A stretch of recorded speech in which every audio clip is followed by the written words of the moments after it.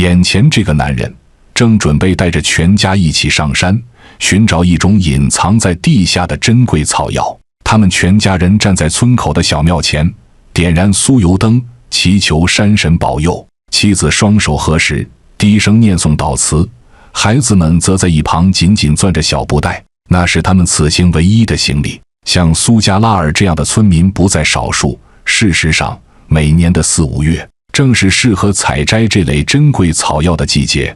他们知道，接下来的几周，整个村子将变得空荡荡，所有人都要把希望寄托在山里的那几根小草上。冬虫夏草让它声名大噪的并不是它的形态，而是它的价格。在中国、香港乃至世界各地的市场上，虫草被视为补肾壮阳的圣品，被誉为喜马拉雅伟哥，售价甚至高于同重量的黄金，也被当地人叫做黄金草。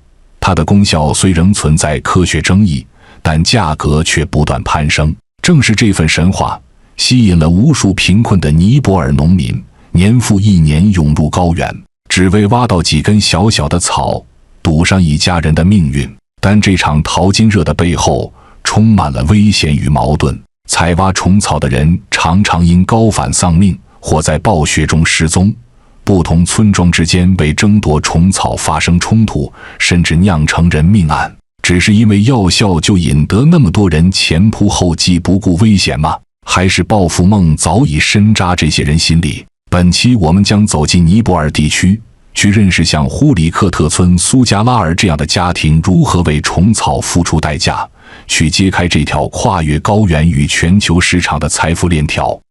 冬虫夏草学名为虫草菌，是世界上最独特的自然产物之一。它生长在喜马拉雅山脉及青藏高原一带，而尼泊尔正是这一神奇生物的重要产区之一。虫草的生长环境极为苛刻，它只出现在海拔3500米到5000米之间的高山草甸和冻土之中。在这里，空气稀薄，气候寒冷，雪线之下只有短暂的夏季。每年5月到6月，当冰雪开始消融，草甸刚刚显露新绿的时候，虫草才会破土而出。它的生长周期极短，只有2个月左右，这也让它的产量十分有限。虫草的生成过程本身就是一个自然奇迹。蝙蝠蛾幼虫在地下过冬时，被虫草菌孢子感染，真菌逐渐在幼虫体内扩散，直至完全寄生并将其杀死。到了1年春夏，真菌的子座从幼虫头部长出，冒出地面，呈现出虫在下，草在上的奇特景象。也正因此，冬虫夏草既不像草药那样完全属于植物，也不是纯粹的动物，而是介于两者之间的真菌体。在尼泊尔，人们把这种奇异的存在称为 Yarse Gamba， 意为夏天的草，冬天的虫。在当地人的眼中，它不仅仅是自然的馈赠，更是财富的象征。每当虫草破土的季节，山间便迎来1年中最热闹的时刻。成千上万的村民涌向高原，趴伏在冰冷的泥土上，仔细寻找那一点点从地面探出的草芽。虫草的稀缺性直接造就了它的高价。在尼泊尔境内，1公斤虫草的收购价就高达 1.4 万到 1.6 万美元，而进入中国、日本、香港市场后，价格更是成倍上涨。这样一个外形其貌不扬，长度不过几厘米的小东西，却能卖出比黄金更高的价格。然而，虫草之所以被推向神坛，不仅因为它的稀有，还因为它被赋予了强大的药效传说。在中医的语境里，它被视作补肾壮阳、滋阴益肺的圣品。对尼泊尔的村民来说，这根半虫半草的存在，远不只是一味药材，它是他们的希望，是逃离贫困的通行证，是能够供养孩子读书、建造新房的机会。也正因如此，每到虫草季，尼泊尔的山村几乎全民动员，哪怕老人、妇女和孩子都要走进高原，去追逐这份大自然赐予的财富。在呼里克特这样的山区村庄，这场迁徙几乎是全民性的。学校停课，田地荒芜，家家户户收拾行李，男人、女人、孩子和老人几乎无人留守。迁徙的过程充满艰辛，高原的道路崎岖不平，常常需要翻越海拔4000米甚至更高的山口，驮着锅碗、食物和少量的毯子。这一路他们需要走上8至10天的时间才能抵达目的地。每年一到这个时节，多波山脉便会变成传说中的黄金国，当地的学校和公共服务部门都会关闭，有的寺庙甚至空无一人，因为大部分的人都会参与到采挖虫草的队伍里面。甚至有传闻，有的村庄因为缺少壮劳力，因此有的老人不幸离世，也只能等到这些人采集虫草回来才可以下葬。苏加拉尔和其他人一样，都希望可以在短短的2个月内赚到1年的收入。夜晚他们聚集在一起宿营休息，缓解这一天跋涉的疲劳。抵达草甸后，艰苦的生活开始了。夜里气温骤降到零下10度，帐篷里的火堆无法驱散彻骨的寒冷。那些提前到来的人们也早就聚集到了一起打牌，这也是这帮人在这里的唯一娱乐项目。然而此时在邦家营地的另一边，却弥漫着一股悲伤的气息。一个采挖虫草的男子昨天不幸从悬崖上面摔了下来，虽然被同行的村民救了回来，但此时男子的状况并不是太好。他的妻子手足无措地守在身边，默默地流着眼泪。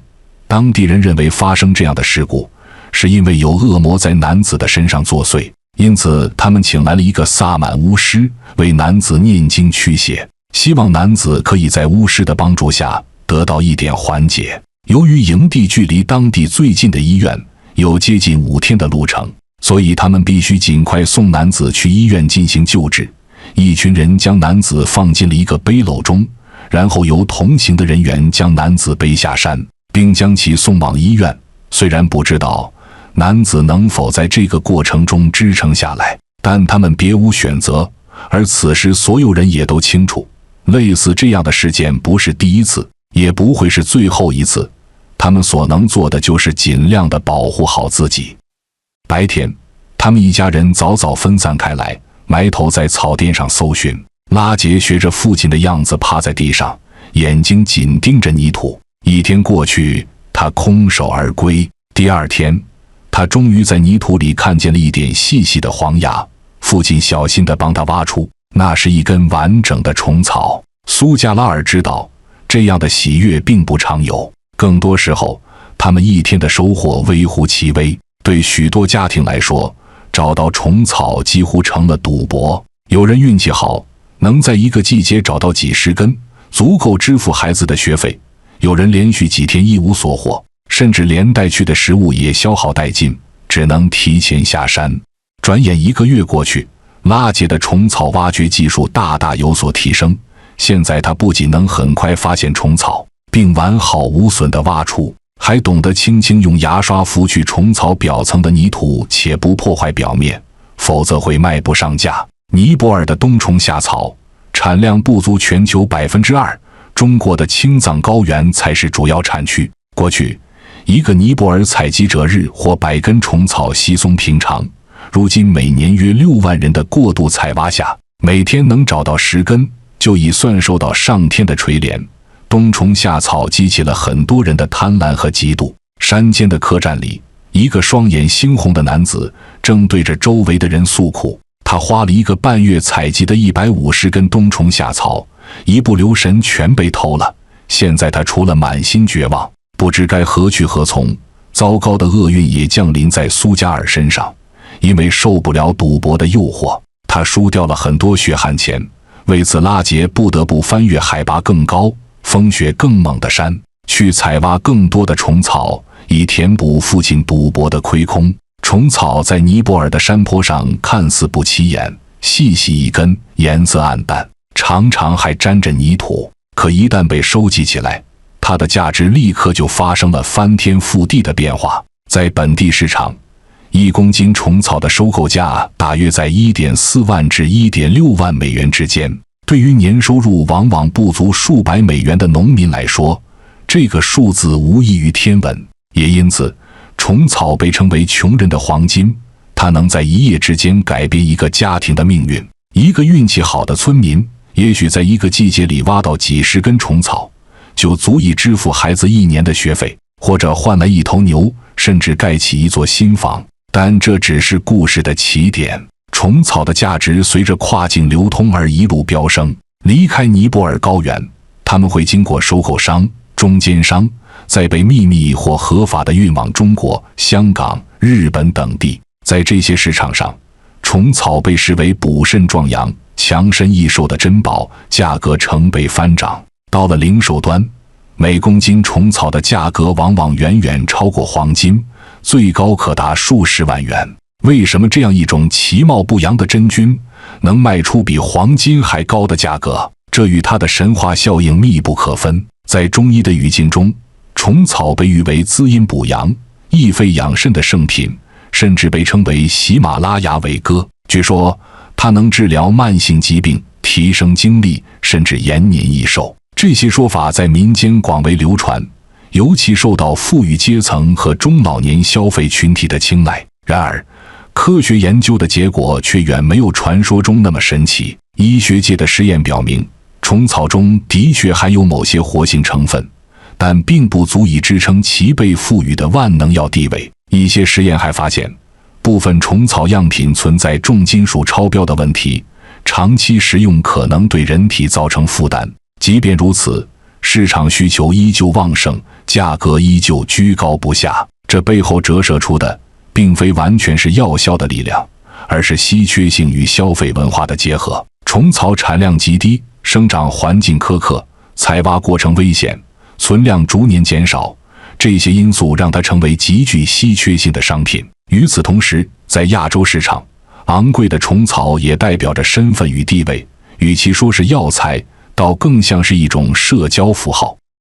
在海拔4500米的山口另一侧，丹前德拉在布塔里的一家客栈找到了新的住所。并不是所有人都靠挖虫草赚钱，为采集者提供食宿也是一种稳定的收入。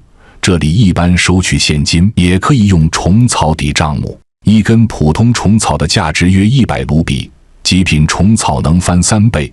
在这里的客栈只要150卢比就能购买包子、肉类等物品。离家快2个月的丹前德拉已穿越了多个5000米的山口，抵达虫草大军的营地。今天也是丹前德拉和小拉杰碰面日子，他以每根180卢比的好价格收购了他们所有的虫草。拉杰一家人目送这位中间商离去，这也意味着为期2个月的虫草之旅也将结束。现在丹前德拉要带着所有虫草赶回村子，尽快将它们安放于阴凉处。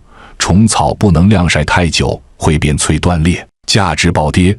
稍不注意，2个月的辛勤劳动也将付诸东流。这一季他总共收了10公斤虫草，在中国的高端市场上，这些虫草能达到250万元，相当于一个尼泊尔普通人250年的收入。过去20年，随着价格飙升，几乎所有山区村落都投入到虫草采挖之中，导致草甸几乎被翻过无数遍。研究显示，虫草的产量正在以惊人的速度下降，村民们也清楚地感受到这种变化。10几年前，随便弯下腰就能找到几根虫草，如今一天搜寻下来，往往只收获寥寥几根。而随着虫草价格节节攀升，参与采挖的人越来越多，尼泊尔的高山草甸逐渐变成了一个危险的决斗场。虫草稀缺，市场需求旺盛，每一片草甸都像是一块充满火药味的领地。不同村庄之间，外来采挖者与本地人之间摩擦不断。在一些地区，村民为了保护自己的采挖权利，会在草甸入口设立关卡，向外来者收取许可费。本地人认为，这些山岭世代属于他们，他们才有资格决定谁能在这里挖虫草。然而，外村人并不买账，他们也同样贫困，同样渴望通过虫草改变生活。于是，争吵、推搡，甚至流血冲突频频发生。2009年，在库尔喀县的一处虫草草甸，矛盾升级成了悲剧。因为争夺采挖区域，当地村民与外来采挖者爆发冲突，最终有7人被殴打致死。这一事件震动全国，媒体用虫草血案来形容这场冲突。当地政府派出警力试图管控，但在海拔4000米的高山草甸，执法本就艰难，加上村民与警方的关系紧张，冲突并未因此终止。事实上，类似的暴力事件几乎每年都会发生，小到工具被抢，大到人命纠纷。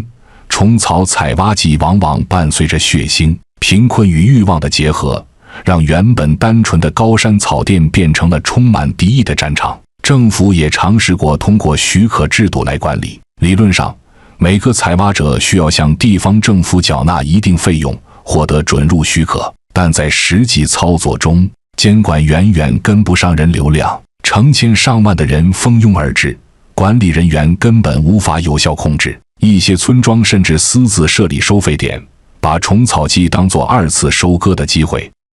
因此，许多人不得不走向更高、更远的地方，冒着更大的风险，才能有一点收成。过度采挖不仅让虫草数量锐减，也给生态环境带来了严重破坏。为了寻找虫草，村民们用手甚至铁器翻动冻土，草甸被掀开，植被根系被破坏，恢复需要很长时间。短短数月的采挖季，留下的是遍地的垃圾与支离破碎的草地。在高山上，环境本就极为脆弱，每一棵草都需要数年才能生长成片，每一个水源都关系着下游的村庄。如今，数以万计的采挖者涌入，让本就脆弱的生态系统面临巨大的压力。科学家警告，如果这种趋势持续下去，虫草资源可能在未来几十年内走向衰竭，甚至灭绝。这种生态危机也让村民们陷入矛盾。一方面，他们明白过度采挖的后果；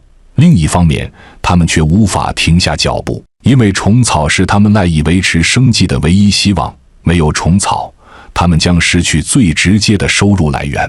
政府与科研机构曾尝试提出解决办法，包括限制采挖人数、提高许可费用，甚至探索人工培育。然而，人工虫草始终无法达到天然虫草的市场价值，限制政策也难以真正执行。面对眼前的贫困与饥饿，长远的生态问题显得遥远而虚幻。虫草季节在尼泊尔高原上是一场全民的狂欢，但在这热闹的背后，却暗藏着无数的阴影与悲剧。首先是生命的代价，每年都有采挖者因为高原反应猝死，也有人在翻越悬崖时跌落，再也没能回到村庄。高原天气瞬息万变，一场暴雪就足以夺走几十条生命。2011年，多尔帕县的一场暴雪掩埋了采挖者的营地，16具冰冷的尸体被陆续找到，那些本该带回虫草的背篓里空空如也。其次是社会矛盾的加剧，虫草的价格让它成为一块人人争抢的肥肉，本地村民与外来者之间的冲突不断，甚至引发血案。而在政府层面，许可费虽能为地方财政带来收入，却无法真正调和矛盾。基层执法力量不足，腐败和私收费现象频频出现，让矛盾愈加复杂。贫富差距也是虫草热潮带来的隐形阴影。富有的商人通过收购与倒卖，从中赚取数倍利润，而真正冒着生命危险的人，却只能分得最少的一部分。苏加拉尔这样的农民，即便全家辛苦1个月，也可能只换来几千美元，远不足以抵消他们付出的风险和劳力。与此同时，城市里的富人却在高档餐桌上轻描淡写地炫耀虫草的功效。更为深层的阴影在于教育与未来。每年虫草季，孩子们被迫停学上山，投入到采挖大军中。他们很早就学会了辨认虫草，却失去了课堂上的机会。短期的收入让家庭得以维持，但长远来看，这些孩子缺乏教育，只能在未来继续重复父辈的命运。虫草给村民带来的并非单纯的财富，而是一种赌博式的希望。他们赌的是天气、体力、运气，甚至是生命。